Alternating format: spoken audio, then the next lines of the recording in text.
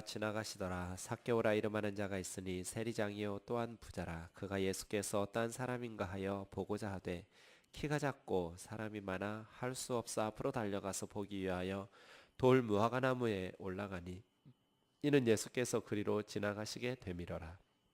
예수께서 그곳에 이르사 쳐다보시고 이르시되 삭개오야 속히 내려오라. 내가 오늘 내 집에 유하여야 하겠다 하시니 급히 내려와 즐거워하며 영접하거늘 뭇 사람이 보고 수군거려 이르되 저가 죄인의 집에 유하러 들어갔도다 하더라. 삭개오가 서서 주께 여짜오되 주여 보시옵소서 내 소유의 절반을 가난한 자들에게 주겠사오며 만일 누구의 것을 속여 빼앗은 일이 있으면 내 갑절이나 갚겠나이다. 예수께서 이르시되 오늘 구원이 이 집에 이르렀으니 이 사람도 아브라함의 자손이미로다. 인자가 온 것은 잃어버린 자를 찾아 구원하려 함이니라. 아멘.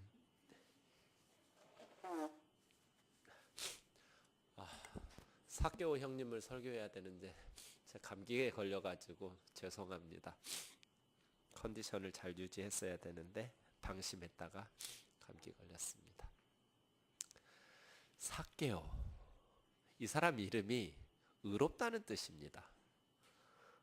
히브리 말 자카이의 헬라 음역한 것입니다.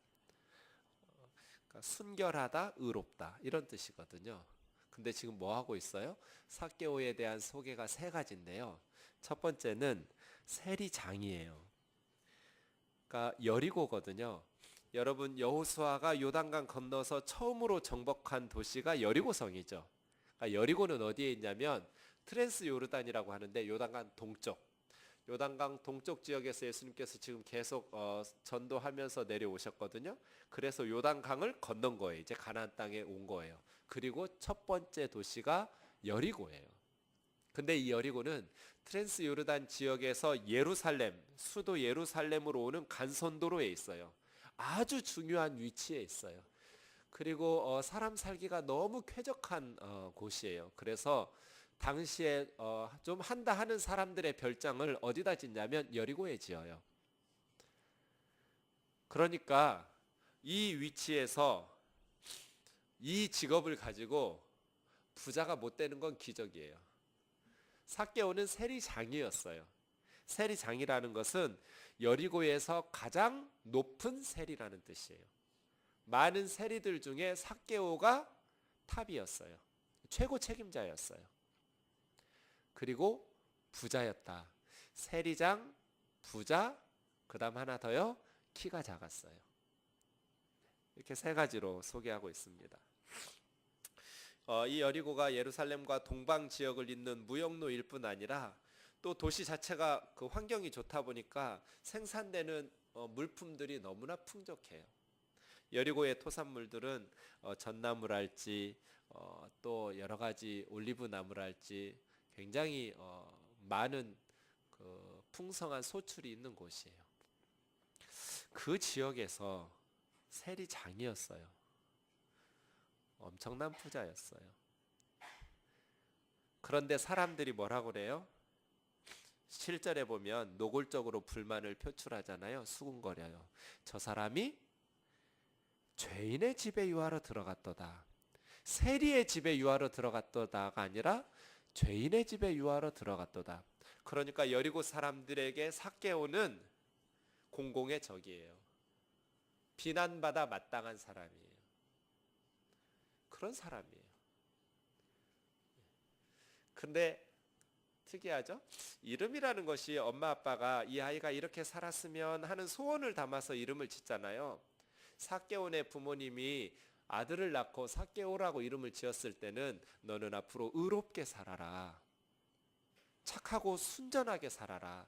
이런 기대와 소망을 가지고 삭개오라고 지었잖아요. 의로운, 순결한. 그런데 삭개오는 뭐예요? 동족의 피를 빨아먹는 매국노예요. 사람들이 죄인의 집에 유하러 들어갔도다. 대놓고 손가락질하는 죄인이에요. 그래서 성전 예배도 안 받아줘요. 회당 예배도 출입 금지예요. 맨날 사람들 조직 폭력배로 죽이고 감옥에 들락거리는데 이름이 정순돌. 이러면 좀 웃기잖아요. 깡패 이름이 순돌이라거나. 네. 뭐 유명한 사기꾼, 온 도시가 다 알고 손가락질하는 사기꾼 이름이 정직한. 뭐 이러면 좀 안 맞잖아요. 사케오 형님 생각할 때마다 참 이름이 안 맞는다 이런 생각을 해요. 의로운 이름인데 사람들은 죄인의 집에 들어갔도다. 죄인 나부랭이 취급하는 것이죠. 그런데 예수님이 여리고로 지나가신다는 소문을 들었어요. 너무 보고 싶은 거예요. 예수님을 너무 보고 싶은데 키가 작아서 볼 수가 없어요. 사람들 뒤통수밖에 안 보여요. 그렇다고 해서 좀 미안하지만 나 키가 작으니까 예수님 좀 볼 수 있도록 미안하지만 양보해 달라고 하면 사람들이 양보하겠어요? 키가 작은 사람이 있으니까 양보해 줄 생각을 가졌더라도 얼굴 보고 삭개오라는 것을 확인한 순간 꺼져. 이러겠죠. 누가 양보하겠어요? 삭개오한테. 그러니 아무리 생각해도 예수님을 볼 방법이 없는 거예요. 그래서 막 앞으로 달려갔어요. 그래서 뽕나무 위로 올라갔어요. 이 정도 눈치는 있어야 그 지역에 세리장하는 거예요. 딱 보니까 이쪽 코스로 갈 것 같아요. 그래서 저 나무 위로 올라가면 예수님을 볼 수 있을 것 같아요. 지형지물을 이용한 것이죠. 뽕나무라고 개역 한글은 했었는데 개역 개정에서는 돌무화과나무 이랬어요. 왜냐하면 이 단어 자체가 뽕나무라는 단어하고 무화과라는 단어가 합성된 나무예요. 그래서 생긴 것은 뽕나무 같이 생긴데 열매가 무화과 열매 비슷한 열매가 맺혀요.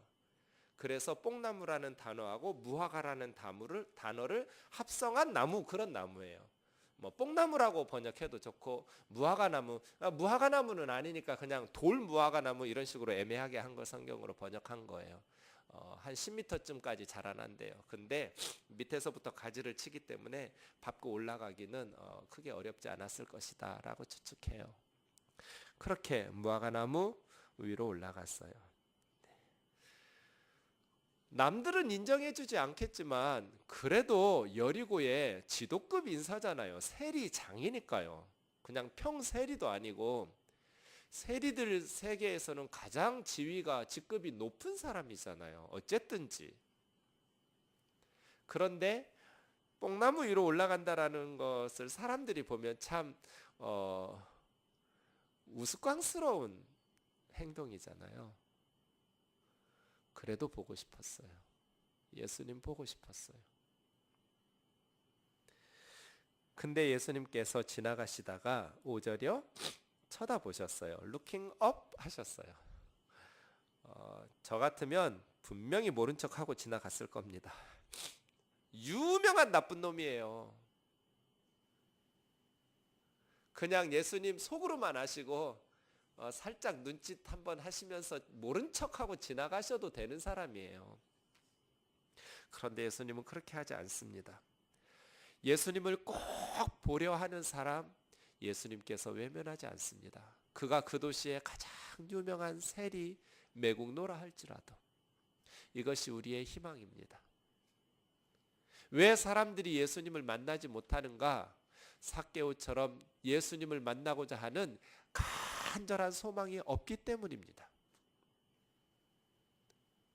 삭개오처럼 손가락질 받고 매국노여 백성들의 피 빨아먹는 로마의 앞잡이로서 온 도시 사람들이 죄인이라고 손가락질하는 그러한 사람, 저 같으면 좀 모른 척하고 지나가고 싶은 사람, 그런데 예수님은 그 사람도 외면하는 법이 없습니다. 그가 어떤 죄인이든지 부자여서가 아닙니다. 죄인이어서도 아닙니다. 딱 한 가지지요. 예수님을 만나고 싶어서 나무 위에 올라간 사람이었기 때문입니다. 예수님을 만나고픈 열망. 제가 어제 청소년들에게 성경 공부하면서 물었어요. 초등학생들은 주일학교 선생님과 엄마 아빠가 가르쳐준 하나님에 대해서 앵무새처럼 신앙 고백할 수 있지만 너희는 중고등학생 아니냐. 이제는 교회에서 가르쳐준 대로 너희 입으로 말하는 것이 아니라 너희 머리에서 너희 마음에서 나온 생각으로 예수님이 누구시냐, 하나님이 살아계시냐, 너희들의 신앙 고백을 해라. 교회에서 어려서부터 가르쳐주고 세뇌시켜서 앵무새처럼 나오는 신앙 고백이 아니라 너희 입으로 나오는 신앙 고백을 해라. 그러기 위해서 찾아라. 성경이 진짜인지, 하나님이 진짜인지, 예수님이 거짓말 안 하시고 진짜인지 따져봐라. 기도도 하고 공부도 하고 성경도 읽어봐라. 찾아라. 너희가 간절히 하나님을 찾으면 하나님은 반드시 너희를 만나 주실 것이다. 사랑하는 형제 자매 여러분, 현대인들의 문제는 갈망하는 삭개오와 같은 그런 간절한 소망이 없어요. 적당히 살아요. 제가 대학교에 다닐 때 전도하러 사역리 들고 나가면 10명 중에 한두 명은 들었어요. 제가 뭐라고 첫 문장이 뭐냐면 진리에 대해서 이야기하고 싶은데 시간 되냐고. 난 크리스찬인데 예수 그리스도의 진리에 대해서 그것을 내가 소개하려는 이유는 그것이 예수님 이야기로 끝나지 않고 당신의 삶의 진리와 관련되어 있기 때문이라고. 오래 걸리지 않을 터이니 잠깐 복음 전해도 되겠느냐고. 언제나 이렇게 갔습니다. 그럼 10명 중에 한두 명은 꼭 들어줬어요. 지금은요, 100명 중에 한 명도 안 들어요. 제가 뜨인들교회 개척하고 양재역에서 제일 가까운 학교가 교대였어요. 마을버스 한 번 타면 가는 지역에서 매주 갔어요. 수백 명의 학생들에게 전도하려고 시도했어요. 한 명도 듣겠다는 사람이 없었어요. 관심 없어요. 20년 만에 세상이 바뀌었어요. 20, 30년 전에는 그래도 진리를 이야기하면 관심이 있었어요. 듣고 나서 안 믿는다는 사람은 있었지만 아예 알아보려고 하지도 않고 귀찮아하면서 삶의 본질적인 문제에 대해서 이야기하고 대화하는 것을 거부하지는 않았었는데 요즘 분위기는 아예 그냥 안 들어요. 예수님께서 삭개오를 만나 주셨어요. 왜요? 부자였기 때문이 아니에요. 죄인이었기 때문도 아니에요. 나무 위로 올라갔기 때문이에요. 예수님을 보고 싶어 했기 때문이에요. 예수님을 보고 싶어 하는 사람, 예수님이 진짜인지 알고 싶어 하는 사람, 하나님을 찾고 갈망하는 사람. 잠언 8장 17절에서 나를 사랑하는 자들이 나의 사랑을 입으며 나를 간절히 찾는 자가 나를 만날 것이라고 말씀하신 그 하나님을 나를 간절히 찾는 자가 반드시 만날 거예요. 예수님 뭐라고 했어요? 그 다음 감동이에요. 우리 좀 전에 찬송하면서 와 우리 박 목사님 어떻게 저 설교하면서 그런 거 느낄 때 많거든요. 찬양 내가 무슨 내용 설교한다고 말씀도 안 드렸는데 어떻게 찬양을 저 곡을 골랐지? 이런 생각할 때가 참 많아요. 역시 박 목사님하고 저하고 통하는 것 같아요. 좀 전에 무슨 찬양했냐면요. 내 이름 아시죠? 내 모든 생각도. 그거 3번 반복해서 찬양했어요. 생각해 보세요. 예수님께서 올려다 보시고 그 다음 첫 단어가 뭐예요? 삭개오야예요. 누구세요? 그러지 않았어요. 거기서 뭐 하세요? 이러지도 않았어요. 삭개오야. 그 이름 어떻게 하셨을까요? 예수님 여리고에 자주 다니신 분도 아니잖아요. 삭개오가 그렇게 전국적인 인물도 아니잖아요. 지금처럼 TV가 있어서 늘 그 사진이나 화면이 뉴스나 신문에 나오는 사람이 아니잖아요. 근데 예수님 어떻게 하셨을까요? 삭개오야. 예수님 우리를 아시죠? 이름을 아실 뿐 아니라 우리의 생각도 아셔요. 삭개오야. 참 감동적인 첫 단어예요. 속히 내려오라. 내가 오늘 내 집에 유하여야 하겠다. 네, 너희 집에 머물러도 되겠니? 묻지 않았어요. 너희 집에 머무르고 싶은데 소원을 말하지도 않았어요. 나 너네 집에서 머물러야겠다. 나 니네 집에서 자야겠다. 아주 강력한 의지를 표명하셨어요. 그랬더니 보세요. 삭개오가 급히 내려와. 삭개오야 속히 내려오라 했더니 삭개오가 급히 내려왔어요. 둘 다 스퓨도예요. 원문이 스퓨도. 스피드. 이때 필요한 거? 스피드예요. 얼마나 신났을까요? 그 다음에요. 즐거워하며 영접하거늘 그랬어요. 사복음서에서 예수님 만나서 즐거워하며 영접한 사람이 유일한 사람이 삭개오 형님이에요. 여기가 유일해요. 즐거워하다라는 단어들이 여러 군데 나오기는 하는데 많이 나오지는 않습니다. 한 12서너 군데 나옵니다. 근데 예수님을 만나서 즐거워하면서 맞이한 사람은 삭개오가 유일해요. 그럼 생각해 보세요. 삭개오가 왜 즐겁게 자기 집으로 예수님을 영접했을까? 그 집안에 환자가 있었나? 귀신 들린 사람이 있었나? 그런 내용 없습니다. 자기 집에 병든 사람이 있다거나 귀신 들린 사람이 있다거나 뭐 자기 집안에 골치 썩히는 자식이 있다거나 뭐 그런 문제 해결을 위해서 예수님 즐겁게 자기 집으로 모셔드린 것 아닙니다. 알 수 없지만 그냥 예수님을 자기 집으로 모시게 된 기쁨으로 삭개오는 즐거웠던 겁니다. 정말 흐뭇한 장면입니다. 부담스러워하면서 이러지 않았습니다. 속으로 돈 계산하지 않았습니다. 밥값이 얼마일까? 이 12명 제자들까지 쟤들은 좀 다른 데서 좀 예수님만 이러지 않았습니다. 예수님이 자기 집으로 오는 거 너무나 기쁘고 감사했습니다. 그런데 사람들이 수군거립니다. 유대 종교 지도자들은 절대로 세리네 집에 안 들어갑니다. 왜요? 세리들의 더러움과 부정함에 전염된다고 생각했기 때문입니다. 그런데 예수님은 유명한 세리, 그것도 세리장 삭개오네 집으로 들어가서 주무시겠다는 겁니다. 사람들이 수군거립니다. 그런데 놀라운 것은 8절입니다. 원문에 보면 그러나가 있습니다. 그러나 삭개오가 섰다라는 것은 왠지 좀 공식적인 발언을 하려고 자세를 취한 것 같습니다. 그렇죠? 서서 주여 중대 발표를 하고 있습니다. 두 가지입니다. 내 소유의 절반을 가난한 사람에게 주겠습니다.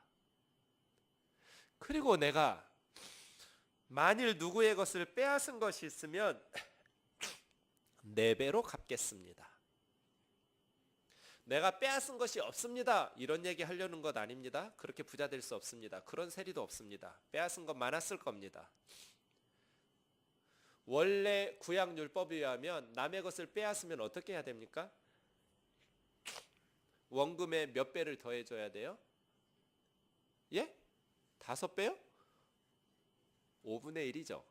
예, 20%. 100만 원 세금을 더 걷었어요? 빼앗은 거예요. 그러면 100만 원 원금에 20만 원을 더 얹혀서 돌려줘야 돼요. 원주인에게. 그리고 성전에 와서 속죄 제사 드리고 속건제 드리고 그래야 돼요. 근데 지금 삭개오는 어떻게 하겠다는 거예요?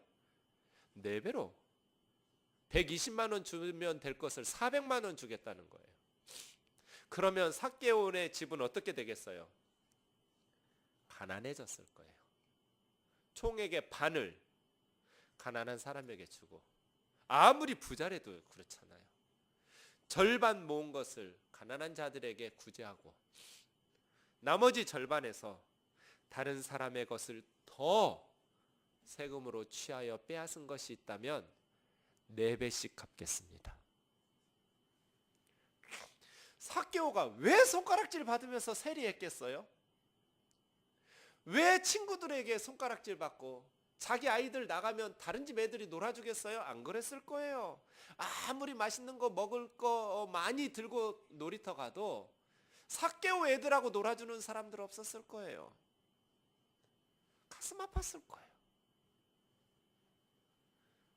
그런 손가락질과 욕을 얻어 먹어가면서 세리했던 이유가 뭐예요? 돈 때문이잖아요. 왜 매국노 취급, 성전에 예배도 드리지 못하는 죄인 나부랭이 취급받으면서 세리를 했겠어요? 돈 때문이었거든요. 돈 벌고 싶었기 때문이에요. 그런데 예수님의 말씀을 들으면서 예수님과 만나면서 인생이 바뀌어버렸어요. 돈을 모으는 삶에서 이제는 물질을 베푸는 삶으로 바뀌었어요.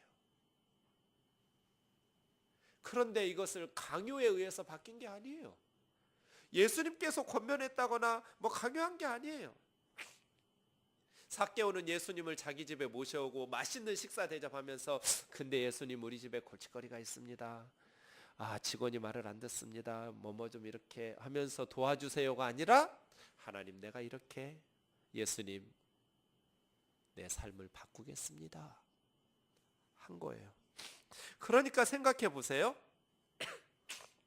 삭개오가 예수님을 모시고 집으로 가는 그 모습을 볼 때 여리고 사람들이 다 손가락질했단 말이에요.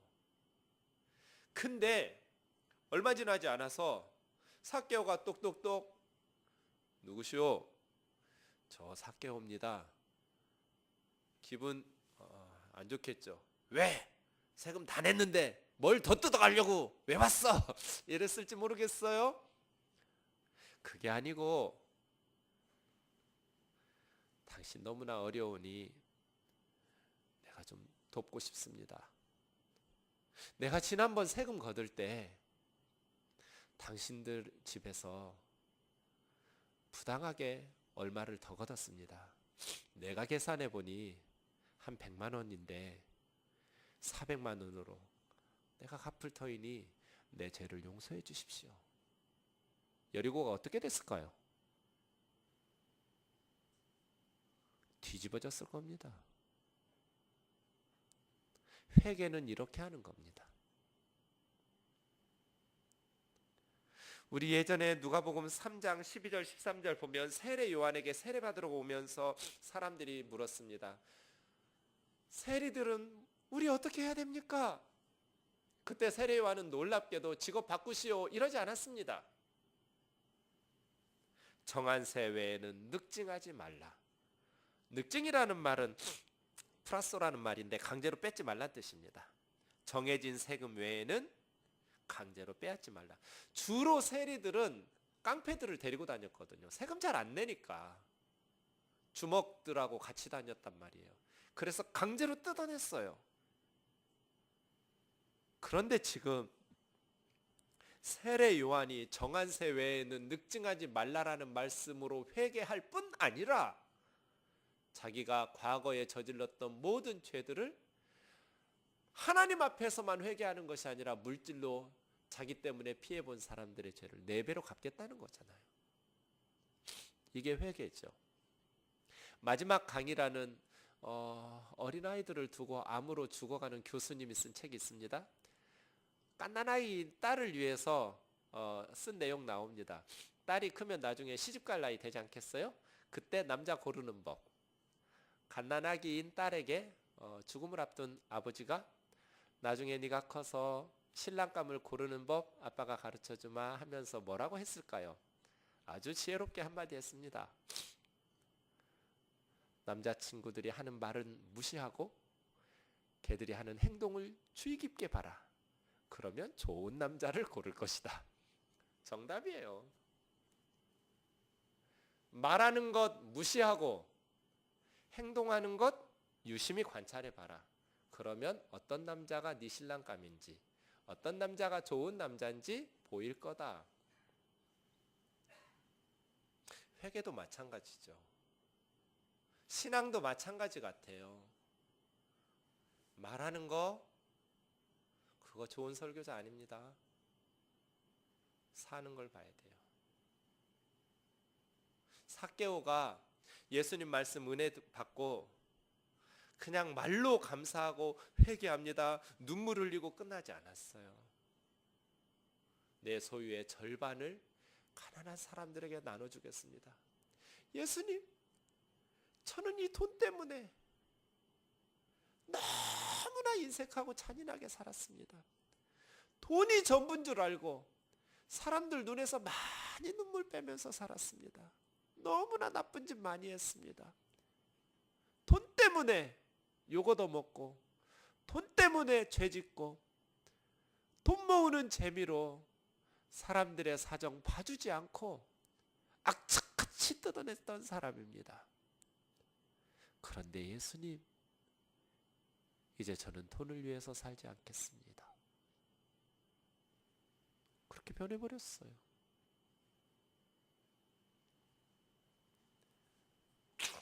지갑을 열기 시작했어요.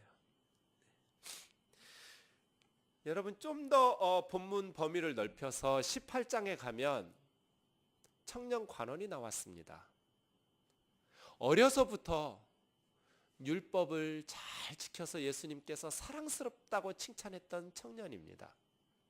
둘 다 부자입니다. 그 관원도 부자였고 삭개오도 부자입니다. 그런데 그 관원은 어려서부터 율법을 다 잘 지켰습니다. 그래서 유대인들로부터 칭찬받았던 사람입니다. 그리고 당당하게 예수님 앞에 어떻게 해야 영생 얻을 수 있습니까? 하고 물으러 나온 사람입니다. 그런데 19장의 부자 삭개오는 세리입니다. 그래서 예수님 앞에 나올 수도 없었습니다.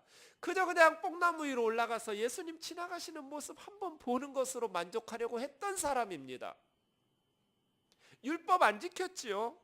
매국노라고 멸시받던 사람입니다. 그런데 18장의 관원이 왜 회개하고 내 제자가 되라고 나를 따르라고 예수님 말씀하셨는데 예수님의 제자가 되지 못했습니까? 돈 때문이었습니다. 그런데 19장에 매국노 세리 삭개오는 재산의 절반을 내놓고 4배로 갚겠다고 하면서 예수님을 영접합니다. 예수님이 9절에서 뭐라고 말씀하십니까? 오늘 구원이 이 집에 이르렀으니. 삭개오가 예수 믿으면 삭개오만 구원받는 게 아닙니다. 그 집안 식구들 다 예수 믿고 구원받는 것입니다. 오늘 구원이 이 집에 이르렀으니 이 사람도 아브라함의 자손이다. 단순히 혈통적으로 유대인이라는 뜻이 아닙니다. 영적 구원받은 아브라함의 자손, 하나님의 자녀라는 뜻입니다. 아브라함의 신앙을 따르는 참된 이스라엘 사람이라는 의미입니다.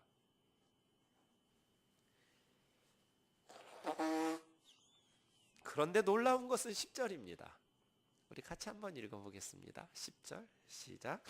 인자가 온 것은 잃어버린 자를 찾아 구원하려 함이니라. 예수님이 오신 이유가 잃어버린 자를 찾아 구원하러 오셨다고 말씀하십니다. 여러분, 삭개오가 왜 뽕나무 위로 올라갔습니까? 예수님을 찾은 겁니다. 예수님 만나고 싶은 거예요.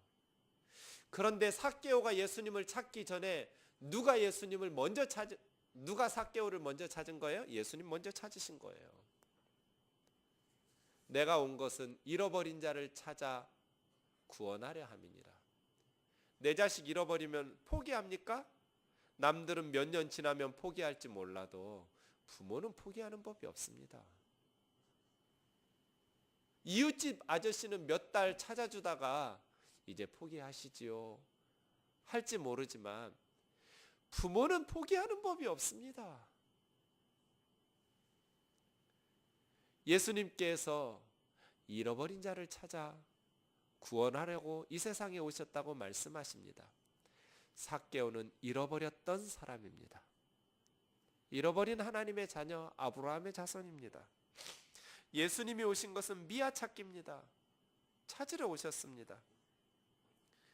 그런데 그 삭개오를 다시 찾기 위해서 삭개오는 뽕나무 위에 올라갔지만 예수님은 또 다른 나무 십자가에 올라갔습니다. 삭개오가 예수님을 찾는 데는 뽕나무 위로 올라가는 부끄러움만 감당하면 되지만 예수님께서 삭개오를 찾으시기 위해서는 벌거벗고 십자가에 올라가는 부끄러움을 감수하셔야만 했습니다. 여기에 우리의 소망이 있습니다. 우리의 소망은 우리가 예수님을 찾아서 뽕나무 위로 올라가는 데 있는 것이 아니라 예수님이 우리를 찾으시기 위해서 십자가에 벌거벗고 올라가셨다는 데 있습니다. 우리의 열심과 노력에 있는 것이 아니라 예수님의 열정에 우리의 소망이 있는 것입니다.